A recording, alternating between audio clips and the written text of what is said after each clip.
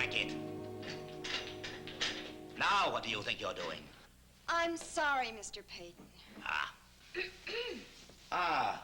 Well, Betty, come in.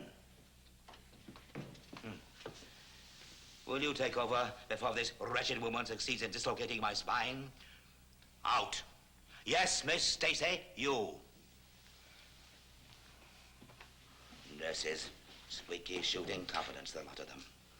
Now, do you want this up or down? Down a little. I had my fill of that breed at the Boston Clinic. Well, you look very attractive today, Betty. Thank you. And you crank very well. Thank you again. Nothing bolsters a woman's confidence like a becoming outfit, does it? Come, sit here beside me where I can talk to you. How do you feel? Oh, better. But I taste that smoke every breath I draw. You're lucky just to be breathing. Why did you ask me to come here? Well, certainly not to expect you to commiserate over my health, or the lack of it. I have a proposition to make to you, Betty.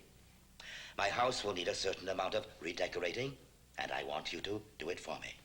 You can afford a decorator? Oh, I'm not asking this as a favor. You'll be well repaid for your services. Well, then why not get a professional?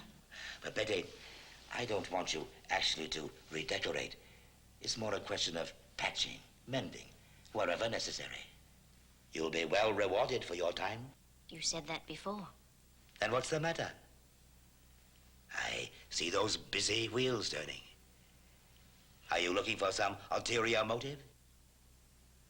Should I be? I didn't specify whether mine or yours. Well, frankly, I'm not interested in doing patchwork. It would just be wasting my time and your money. Oh? Those drapes in the living room, for instance, they were awful. You kept expecting Scarlett O'Hara to come in, yank them down to make herself a skirt so she could go visit Rhett Butler in prison. The fabric for those drapes was woven to my special order. I believe it. In my mill. I don't care where it was woven. Those drapes are monstrosities. As far as I'm concerned, that fire did you a favor by destroying them. Now, the thought of replacing them with more of the same, You know, Betty, the longer I listen to you, the more I begin to like your first suggestion. That I consult a professional decorator. Well, that's your decision. Yes, it might be a good deal simpler.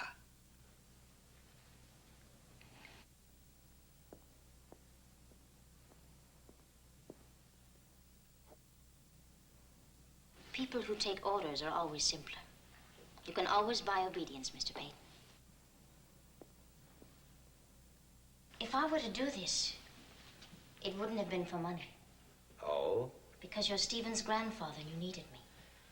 Spare me the hushed tones, Betty. You'll make me feel as if I were on my deathbed. If you were, you would have been taking full advantage of it. You haven't changed, have you? Neither have you. Betty, how did you know the draperies in the living room had been destroyed? You went there after the fire, didn't you? Yes. Why? Curiosity. Come here.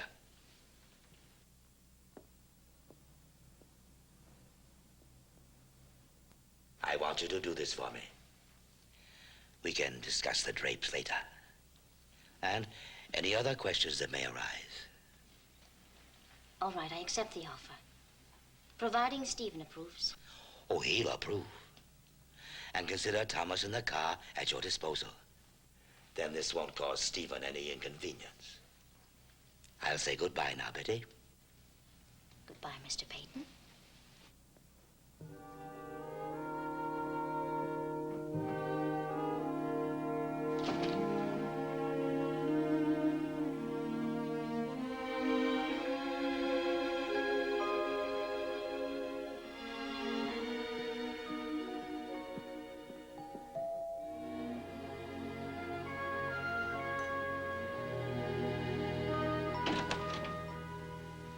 Hi, Rachel.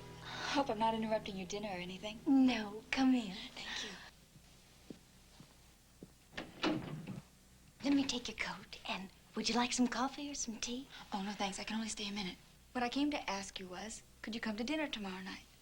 Oh, I'd love to. But I don't think it would really be right. Well, it'll only be for a couple of hours. Why don't you ask Mrs. Carson if she'd mind? Oh, I appreciate it, but... Ask me what?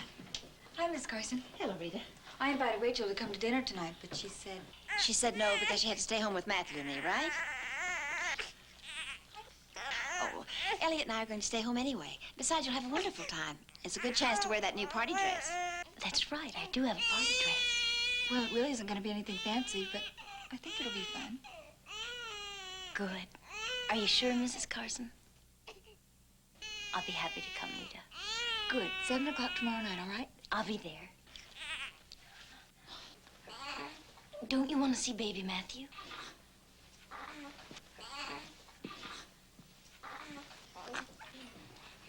Oh, he's so beautiful, Mrs. Carson.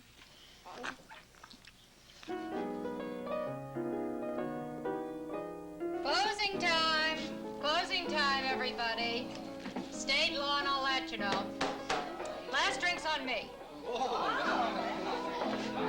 Good night. Good night, everybody. Good night. Come back again soon. Friendliest joint in town. Oh, my back. What are you trying to do? Trying to help. Take it easy. Why? You're a woman with an aching back, and I'm a young man with 2 strong arms. You did real good tonight, Chris. If you keep it up, I'll have to have you playing here every night. But it's getting kind of late now, honey. You better go home. Ada, if you don't mind, I'd like to unwind at the piano for a while. Well, if you don't mind, I'll just say good night. I'm dead. I'll finish this stuff up in the morning. Just don't forget to turn out the lights and lock the door before you leave. I won't forget to lock up the place, but you can turn off the lights now. Okay. Night, Chris. Good night, Ada.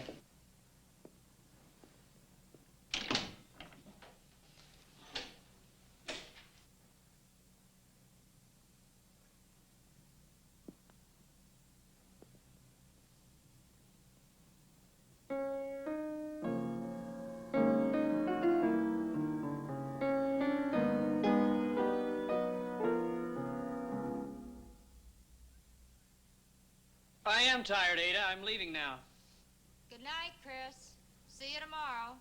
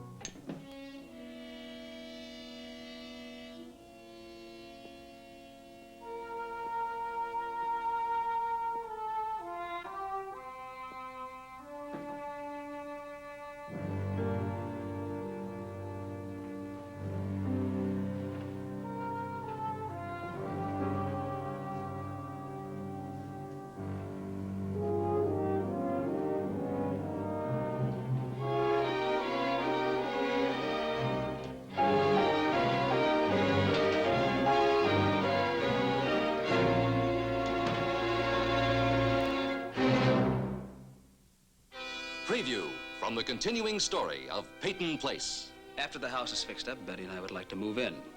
I see. Are you reneging on your offer? Perhaps I'm just curious that you didn't set your sights a little bit higher. Or have you? How does it feel, Lee, to kill someone and just walk away clean? Didn't your dear departed mother ever tell you how she got away with killing the Carson Dame?